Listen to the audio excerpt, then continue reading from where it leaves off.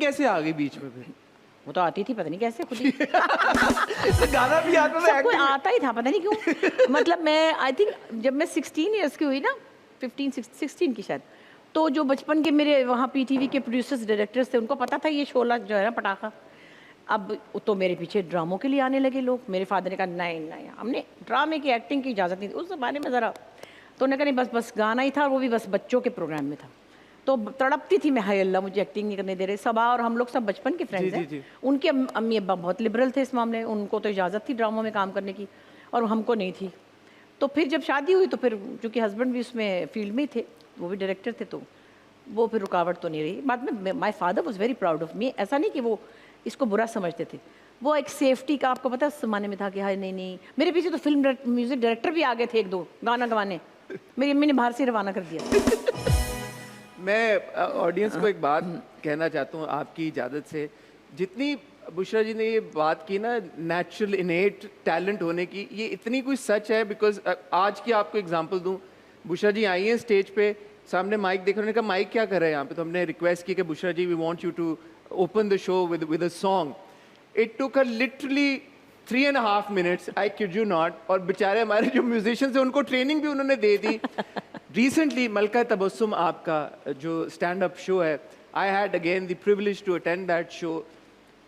I think an hour long performance, an hour and 20 minute An hour and- sometimes, और कई दफ़ा 1.5 भी घंटा हो जाता था, मुझे पता नहीं चलता था। बाद में ज़रा जब सेटल होता गया ना, 1.5 घंटा स्टेज के ऊपर just Bushra ji. And my God, जो कमांड है उनकी, ना सिर्फ स्टेज के ऊपर बट एक एक ऑडियंस मेंबर के ऊपर, इट इज अनपैरेलल्ड, अनपैरेलल्ड।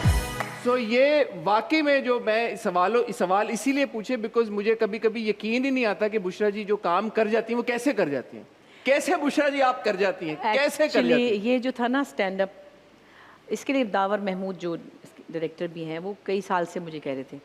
मैंने कहा नहीं नहीं भाई, क्या है यहाँ पे तो लोग पता नहीं आते नहीं, और स्टैंड अप का जो वहाँ बाहर के मुल्कों जी। में सिलसिला है वो ज़रा थोड़ा सा लिबरल है। मैंने कहा नहीं नहीं, मैं नहीं ये कर सकती क्योंकि मुझे नहीं पता, और ना कोई स्क्रिप्ट है, ना कुछ है, ना कोई पेपर है। हम लोग तो वो करते हैं ना, हम स्क्रिप्टेड करते थे अनवर साहब के साथ ज़्यादा। बहुत मुश्किल से खैर फिर उसने मुझे एक बात जो कही जिस पर मैं राज़ी हुई, कि उसने कहा ये आपके सिवा कोई नहीं कर सकता। और जो अगर कि सच है, सॉरी बात काट रहा हूँ, कोई नहीं कर सकता, कोई कर ही नहीं सकता। और उसने आपके कहा कि अलावा। अगर आप ये कर लेंगी ना तो 4 और लड़कियों को ये एक वेन्यू ऐसे। खुलेगा उनके लिए, फिर वो भी ये जुर्रत कर सकेंगी, एक ट्रेडिशन शुरू होगी, तो आप इसलिए कर लें। तो सीरियसली मैंने इसलिए 20 शोज़ किए कि मुझे लगा पता नहीं अब जैसा भी हुआ, लेकिन बहुत अच्छा हुआ। जैसा भी क्या हुआ, स्टेज से शो खुलता है, जिन लोगों ने नहीं देखा, और कुर्सी के ऊपर बैठी हुई, ऊपर से वो नीचे आती है और बीच में कुर्सी अटक जाती है उनकी। यार इट वाज क्वाइट समथिंग। सब लोग बड़े परेशान थे, "हाय अल्लाह, ऊपर से गिर तो नहीं जाओगी?" नहीं, एक्चुअली मुझे ना बचपन से चौंकाने का मज़ा आता है। I enjoy shocking people with my different things. तो जैसे पैरोडीज़ की थी, उसके बाद फिर मैंने वो कुछ अर्सा नहीं की। फिर किसी ने मुझे कहा, तो मैंने कहा अच्छा, I want to just mimic a new trend. That was at that time 92 में रैप सिंगिंग आई थी, and I made a whole album as a boy. मैंने लड़के की आवाज़ में गाया था इट्स माई लाइफ पे, और लिखी भी पूरी थी, और लड़का बन के सारा। तो मुझे ज़रा डिफरेंट चीज़ें करने का मज़ा आता एंड है। Please correct me if I am wrong, mimicking पूरे साउथ एशिया में उस वक्त इतनी नहीं होती थी। You were probably the first person जिन्होंने मिमिकिंग शुरू की। यार क्या तालियां क्यों नहीं बजा रहे हो तुम लोग? हर बात पे आज तो तालियां बजनी चाहिए भाई। Without knowing that this is a craft, and I actually, अब कोई ट्रेनिंग तो है नहीं, ना किसी एकेडमी में गए, ना किसी स्कूल में गए, ऐसे उठ के। और फिर अच्छी बात ये थी कि इतनी कोई फ्रेंडली एनवायरनमेंट थी पाकिस्तान टेलीविज़न की, कि जो वहाँ पे लोग थे, क्रिएटिव लोग, वो देख लेते थे कि ये जो है ना पटाखा, इसमें पता नहीं क्या क्या है। तो वो मुझे मना के समझा के कि कर लो। मैं कहती थी नहीं नहीं, मैं गा दूंगी, मैं सलमा आगा जैसी तो नहीं लगती, वो तो गोरी सी हैं, उनकी आंखें भी हेज़ल है, सो मैं वो इस तरह नहीं कर सकती। तो वो मना के अनवर साहब ने, सब ने तो खैर करा तो लिया। तो वो भी एक डिफरेंट सा काम हो गया, जो फिर बाद में तो सब लोग करते हैं, बहुत से लोग करते हैं, लेकिन हमारे यहाँ नहीं करते। बट एक सवाल जो मेरे जहन में आ रहा है, माशाल्लाह over 50 years of experience you've given this to this industry, what keeps you going even now? Because माशाल्लाह even right now your energy it's I am feeding off it. तो ये क्या है, 50 साल दे दिया, आप बोर नहीं हुई, आप थकी नहीं, आपने ये नहीं बोला भाई बस?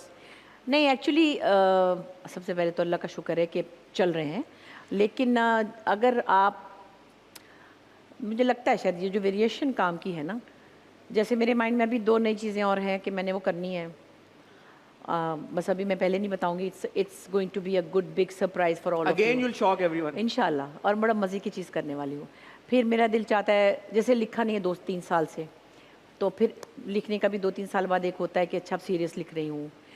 फिर शायद मैं स्टेज का भी कुछ एक कॉमिक चीज़ दावर के लिए लिख रही हूँ। So I keep changing my stuff. So और 2 गाने भी मैंने बनाने हैं, वो भी उनका साउंड ट्रैक बन रहा है।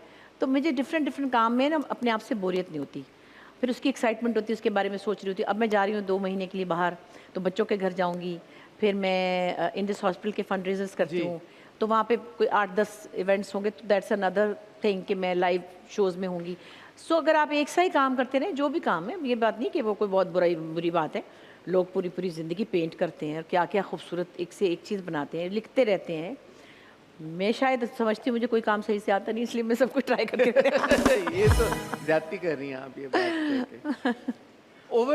Over the span of your career आपने कैसे देखा कि चीज़ें कैसे इवॉल्व हुई हैं हमारी इंडस्ट्री में, या from audience's perspective, audience point of view से, how do you see things?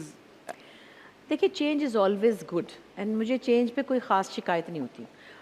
Mostly but हम लोग अच्छे के लिए चेंज हुआ है सब कुछ अच्छा चेंज हुआ है, बट एटीट्यूड्स सब जगह ही, जैसे सोशल मीडिया की जो एक ब्लंट बीमारी। होना है, या मतलब उसमें जो जो नेगेटिव चीज़ें हैं, कोई भी किसी को कुछ भी कह देता है, या ये जो टिकटॉक पे लोग हैं, सारे तो नहीं मैं कहती, कुछ टैलेंटेड भी होते हैं।